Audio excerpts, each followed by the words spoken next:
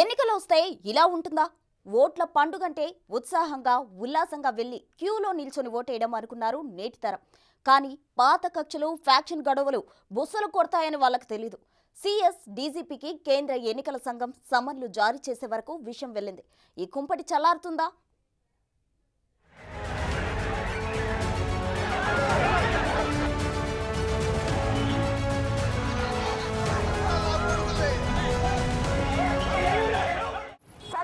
పట్టణ ప్రజలకు పోలీసు వారి విజ్ఞప్తి. పల్నాడు జిల్లా మొత్తం 144 సెక్షన్ అమల్లో ఉంది. ప్రతి ఒక్కరూ స్వచ్ఛందంగా పోలీసు వారికి సహకరించి షాపులు క్లోజ్ చేయాలి. ఎవరైనా పోలీసు వారి ఉత్తర్వులు ఉల్లంఘించి షాపులు కనుక ఓపెన్ చేసినట్లయితే చట్టరీత్యా చర్యలు తీసుకుంటాము. పల్నాడులో సీన్ ఇది. పోలింగ్ ముగిసింది సోమవారం. ఈ అనౌన్స్మెంట్ బుధవారం. అంటే 3 రోజుల తర్వాత కూడా పల్నాడు జిల్లాలో ఉద్రిక్తతలు చల్లారలేదు.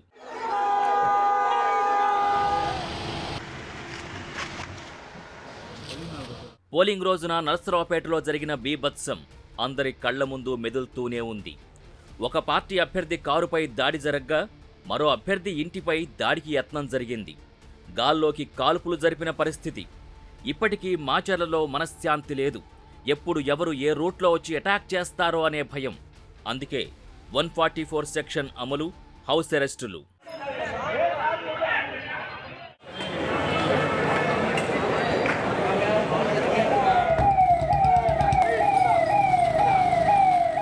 తిరుపతిలో చంద్రగిరి పాలిటిక్స్ చల్లారలేదు.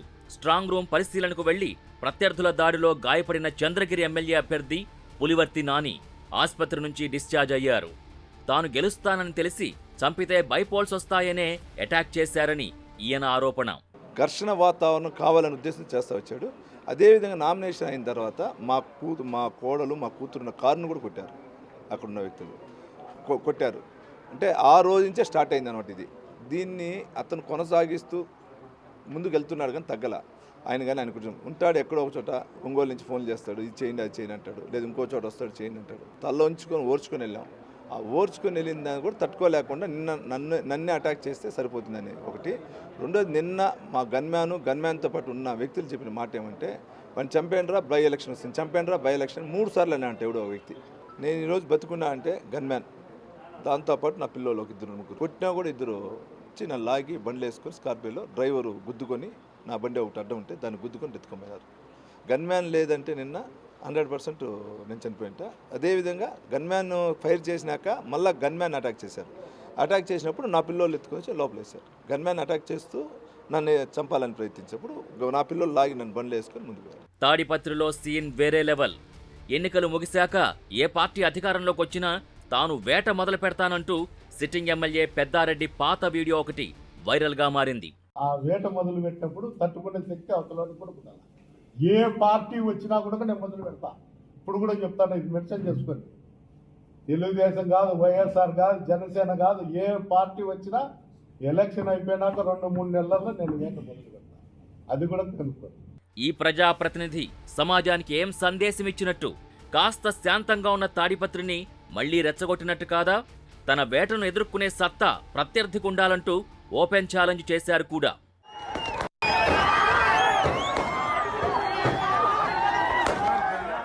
అటు పల్నాడు, ఇటు రాయలసీమ ప్రశాంతంగా ఉండే టెంపుల్ టౌన్లో కూడా రచ్చరాజేశారు. దీనికి కారకులెవరు? ఆయుధాలు చేత పట్టుకుని పట్టపగలు నడి రోడ్లపై తిరుగుతున్నా కంట్రోల్ చేయలేని పోలీసుల, సమస్యాత్మక ప్రాంతాలని తెలిసినా పట్టించుకోని నిఘా వ్యవస్థ, తమ పబ్బం గడుపుకునేందుకు ఎమోషన్స్ రాజేసిన రాజకీయ నాయకుల.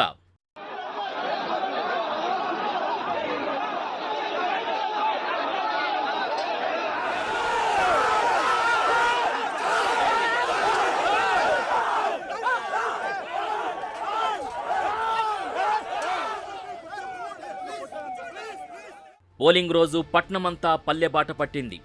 ఓట్ల పండగ రోజు పెయిడ్ హాలిడే ప్రకటించాయి ప్రైవేట్ సంస్థలు. ఓటు హక్కు వినియోగించుకుని ప్రజాస్వామ్యాన్ని గెలిపిద్దామని ఊరెళ్లిన యువతరానికి పోలింగ్ బూతుల్లో కత్తుల కోలాటం, నడివీధిలో మత్సు కత్తుల స్వైర విహారం, ఊరి నడిబొడ్డున నాటు బాంబుల విధ్వంసం దర్శనమిచ్చాయి. ఓహో, ఆంధ్రప్రదేశ్లో ఎన్నికలంటే ఇలా ఉంటుందా అని నవ ఓటర్లు అనుకునేలా పరిస్థితి తయారైంది. Local police forces, the SP was also moving around. the incident, the 7 or 8 polling stationలో ఎక్కడ ఈ EVMs పగలగొట్టారు, అక్కడ immediately the joint collector and the SP had reached, controlled the situation, and there was, because they were able to control the situation, no repoll was there anywhere in Palnadu. Because all these incident DG గారు డైరెక్ట్గా monitor చేస్తున్నారు, day to day report పంపిస్తున్నారు, కమిషన్కి కూడా పంపిస్తున్నారు. So I will not be able to comment on individual event, but election commission intention is that we have to conduct the election. We have to conduct the election that people are able to vote, and then if they are able to vote, we have to secure all the vote in the EVM machine and then put it in the strong room. 5 ఏళ్లకోసారి జరిగే polling సందర్భంగా పార్టీల మధ్య వైరాలు, నేతల మధ్య వైషమ్యాలతో చెదురుమదురు ఘటనలు చూసి ఉంటారు. కానీ ఈసారి అంతకు మించి ఫ్యాక్షన్ సినిమా సీన్లను తలదన్నే రియల్ సన్నివేశాలు దర్శనమిచ్చాయి. పోలింగ్ ముగిసిన తర్వాత కూడా హింసాత్మక ఘటనలు కొనసాగుతూనే ఉన్నాయి. ఇందుకు కారణం అందరూ వేలెత్తి చూపుతున్నది ఒక్కర్నే. ఆ ఒక్కరే పోలీస్. కనిపించని 4వ సింహం పక్షపాతంతో పక్షవాతానికి గురైందా? దాడులకు సూత్రధారులెవరైనా, బాధితులు మరెవరైనా, అందరి ఆరోపణ ఒక్కటే, పోలీసులు మరో పక్షానికి వకాల్తా పుచ్చుకున్నారని, ఆ పార్టీతో టైఅప్ అయ్యారని. వైసీపీ నేతలది, టీడీపీ నాయకులది అదే మాట.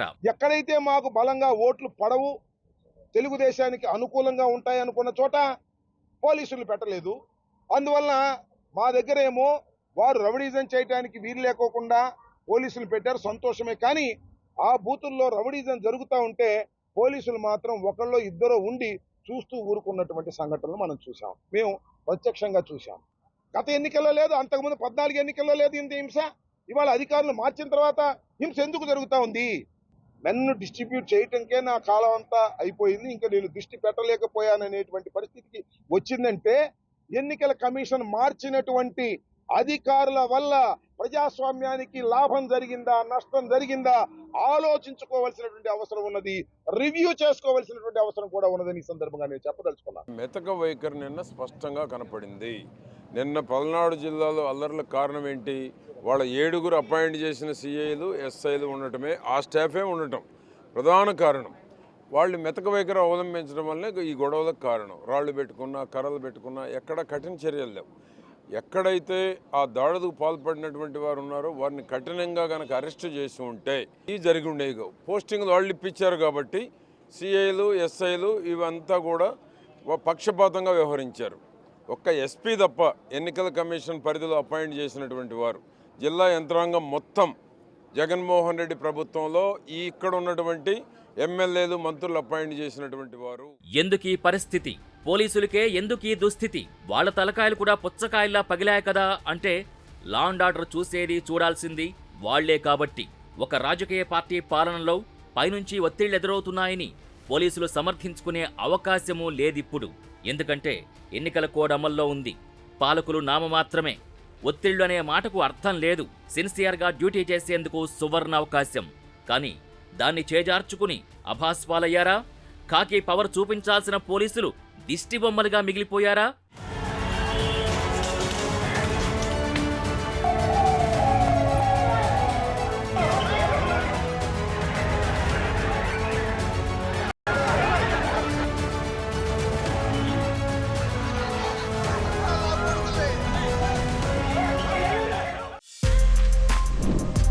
For more videos like this, subscribe Big TV channel.